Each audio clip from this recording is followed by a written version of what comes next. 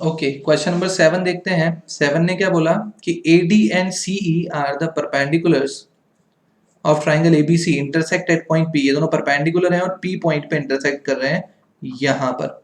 ठीक है, show that these triangles are similar. तो पहला पार्ट लेते हैं क्वेश्चन का। पहले में क्या बोला कि triangle AEP is similar with triangle CDP। तो एक काम करते हैं, AEP देखते हैं कौन सा ट्राइंगल है। ये यहां पर देखो नीचे बना दिया मैंने, AEP। ए हो गया, E हो गया, सॉरी ये P हो गया एंड दिस इज ई। ये एंगल हमें 90 दे रखा है डायग्राम में, पहली बात तो। फिर दूसरा ट्राइंगल क्या है, CDP। तो चलो CDP को भी थोड़ा ढंग से बना देते हैं। ये C ले लिया, D ले लिया, P ले लिया। ठीक है, ये D90 है तो 90 की जगह 90 बना दिया। ये P ले लिया और ये C ले लिया। तो AEP एंड CDP ये दोनों क्या करने हैं हमको, सिमिलर प्रूव करने हैं। देखिए कैसे होंगे, ये एंगल E और एंगल D जो, तो ये दोनों कितने हैं हमारे पास, 90 90 है। ये जो AEP का एंगल P है, देखो डायग्राम में, ये एंगल P जो होगा ये इस ऊपर वाले एंगल P के इक्वल होगा। क्यों होगा, क्योंकि ये वर्टिकली अपोजिट एंगल है डायग्राम में। वर्टिकली अपोजिट एंगल है तो ये वाला एंगल P ये वाला एंगल P के इक्वल हो जाएगा। ये मत लिख देना कि P और P कॉमन है, ये वर्टिकली अपोजिट एंगल है। तो मैंने क्या लिखा कि in triangles AEP and triangles CDP, AEP और CDP इन दोनों में देखिए जो एंगल E है AEP का वो एंगल D के इक्वल है CDP के, बिकॉज जो ये एंगल है 90 डिग्री है। और AEP का जो एंगल P है वो CDP के एंगल P के इक्वल है। क्यों, क्योंकि ये वर्टिकली अपोजिट एंगल है। तो कौन सा क्राइटेरिया लग गया, AA क्राइटेरिया लग गया। तो by AA criteria triangle AEP would be similar with triangle CDP। ये हो गया फर्स्ट पार्ट क्वेश्चन का प्रूफ। होपफुली समझ में आ गया होगा। Moving on to the next part, second part. Second part में क्या लिखना है, ABD। देखो ये बड़ा ट्राइंगल ABD, इसको एक काम करते हैं, ऐसा का ऐसे ही बना देता हूं ताकि दिख जाएगा तुमको ढंग से। ये बना हुआ है ABD, जिसमें ये एंगल D जो है ये 90 डिग्री है। फिर दूसरा क्या है, CBE। ठीक है, CBE को डायग्राम में देखो, ऐसा कैसे डायग्राम वाले बना देते हैं, CEB। अब इसमें ढंग से देखना, अगर इधर एंगल D90 था तो इधर एंगल E90 है। अच्छा, ABD में जो एंगल B बन रहा है वो CEB के एंगल B के इक्वल है, क्योंकि दोनों कॉमन एंगल है। तो कौन सा क्राइटेरिया लग गया, AA क्राइटेरिया लग गया वापस। तो अब क्या लिखेंगे, अब लिखेंगे कि in triangle ABD and triangle CBE क्या क्या इक्वल है। देखो एंगल D जो है वो एंगल E के इक्वल है, क्योंकि ये 90 डिग्री है डायग्राम से। और एंगल B जो है वो एंगल B के इक्वल है, क्यों, क्योंकि ये कॉमन एंगल है according to diagram. So by AA criteria triangle ABD become similar with triangle CBE। ये हो गया सेकंड पार्ट क्वेश्चन का प्रूफ। अब आ जाते हैं थर्ड पार्ट पे।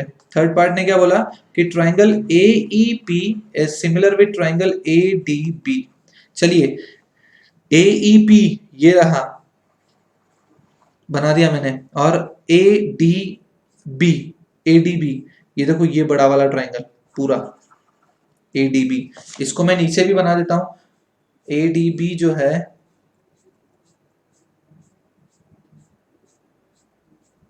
ओके, ADB ये यहाँ ऐसा का ऐसे ही बना दिया अपन ने, बिल्कुल जैसे पहले बना हुआ था। AD और B ये 90 डिग्री बना हुआ है। और AEP अगर डायग्राम देखोगे ऊपर तुमको दिख रहा है तो AEP भी ऐसा ही बना हुआ है, AEP। ये मैं थर्ड पार्ट के लिए डायग्राम यूज कर रहा हूँ ताकि बार बार हमको ऊपर नहीं देखना पड़े। अब इस थर्ड पार्ट के डायग्राम के लिए देखो, ये एंगल D जो है वो एंगल D के इक्वल है, पहली बात तो। ये जो ADB में जो एंगल A बन रहा है ये इस कंप्लीट एंगल A के इक्वल है, क्योंकि दोनों में एंगल A कॉमन आ रहा है। अगर तुम मेन डायग्राम देखोगे तो उसमें भी दिख जाएगा कि दोनों ट्राइंगल्स में ये जो एंगल A है ये इतना ही आ रहा है नीचे वाला पोर्शन। चाहे आप AP देख लो चाहे आप ADB देख लो, दोनों में A जो है वो नीचे वाला पोर्शन आ रहा है। तो मैंने क्या लिखा, मैंने लिखा कि in triangle AEP and triangle ADB angle A is equal to angle A which is a common angle। ठीक है, और एंगल E जो है वो एंगल D के इक्वल है, ये तो हर एक में काम आ रहे हैं 90 डिग्री। तो कौन सा क्राइटेरिया लग गया, so by AA criteria triangle AEP would be similar with triangle ADB। ये आ गया हमारा थर्ड पार्ट इस क्वेश्चन का। अब फोर्थ पार्ट देख लेते हैं। फोर्थ पार्ट में कौन कौन से ट्राइंगल लेने हैं? PDC and BEC। तो चलिए बना लेते हैं डायग्राम। PDC वो रहा ऊपर छोटा सा PDC, और BEC बड़ा वाला, ठीक है। वैसे तुम देखो तो यहां पर भी बने हुए हैं ये, बट फिर भी एक बार मैं बनाता हूं फोर्थ वाले पार्ट के लिए। PDC ऐसे बना दिया, PDC, ये रहा P, ये रहा D, ये रहा C, ये 90 दे रखा है, और B कौन सा है? BEC, ठीक है। ये बना दिया BEC, ये C बन गया, ये E बन गया, और ये B बन गया। अब मेन डायग्राम में आता है। पहले तो D और E तो वैसे भी इक्वल दे रहे हैं। अच्छा, जो ये PDC है, PDC में जो एंगल C कवर हो रहा है, ये वाला देखना, ऊपर वाला एंगल, ये वाला, कि ये जो एंगल C करा हुआ है, कवर हो रहा है, ये BEC के भी एंगल C के इक्वल है। राइट राइट वाला पोर्शन ही आ रहा है दोनों के एंगल C में, तो ये कॉमन एंगल हो गया, और D और E तो 90 हो ही गए, तो वापस से हो गया ये क्वेश्चन तो बड़ा आसान से। मैंने क्या लिखा? मैं लिखा in these triangles angle C is equal to angle C, that is what? A common angle. पहली बात तो, फिर उसके बाद क्या होगा कि एंगल D जो है वो एंगल E के इक्वल है, बिकॉज दे आर ऑफ 90। तो कौन सा क्राइटेरिया लग गया? Again by AA criteria, triangle PDC would be similar with triangle BEC। देखो ये चारों क्वेश्चन जो थे वो सेम कैटेगरी के क्वेश्चन थे, सेम अप्रोच के साथ किए हैं, सिर्फ आपको डायग्राम्स अलग अलग बना के देखने थे। या जिस बच्चे को वहां अज्यूम हो जाए तो भी कोई दिक्कत वाली बात नहीं है, वो तो वहां से भी समझ में आ जाएगा। सो आई होप इजी क्वेश्चन थे। चलिए अगला देखते हैं। ABCD is a parallelogram. तो यहां पर हमने इस तरीके से ABCD एक पैरेललोग्राम बना दिया। ये लीजिए, ABCD इज अ पैरेललोग्राम। अब इसमें क्या दे रखा है कि लाइन AD जो है उसको प्रोड्यूस किया, ठीक है, AD को प्रोड्यूस किया सेम डायरेक्शन में, एंड CD जो है, सॉरी, हाँ, BE को आगे बढ़ाया, जो कि CD को, ये BE को आगे बढ़ाया।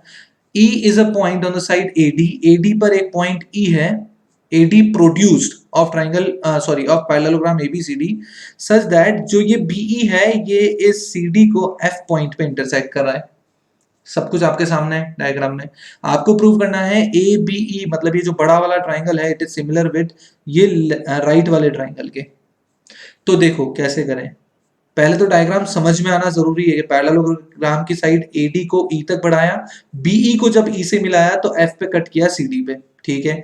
अच्छा, अगर मैं AEB का एंगल A देखूं तो वो तो इस ट्राइंगल BCF के एंगल F या एंगल C के इक्वल होगा। क्यों ये इक्वल होंगे? क्योंकि ये पैरेललोग्राम के अपोजिट एंगल है तो इक्वल होते हैं। फिर मैंने क्या देखा कि जो AD है उसी की डायरेक्शन में बढ़ाया DE को भी, तो ये जो डायरेक्शन होगी AE की वो BC की डायरेक्शन के सेम होगी, क्योंकि पैरेललोग्राम है तो ऑपोजिट साइड्स पैरेलल होती है। तो अगर ये लाइन DE जो है ये इस BC के पैरेलल है, तो ये वाला जो एंगल ऊपर बन रहा है एंगल E, वो इस एंगल B के इक्वल होगा।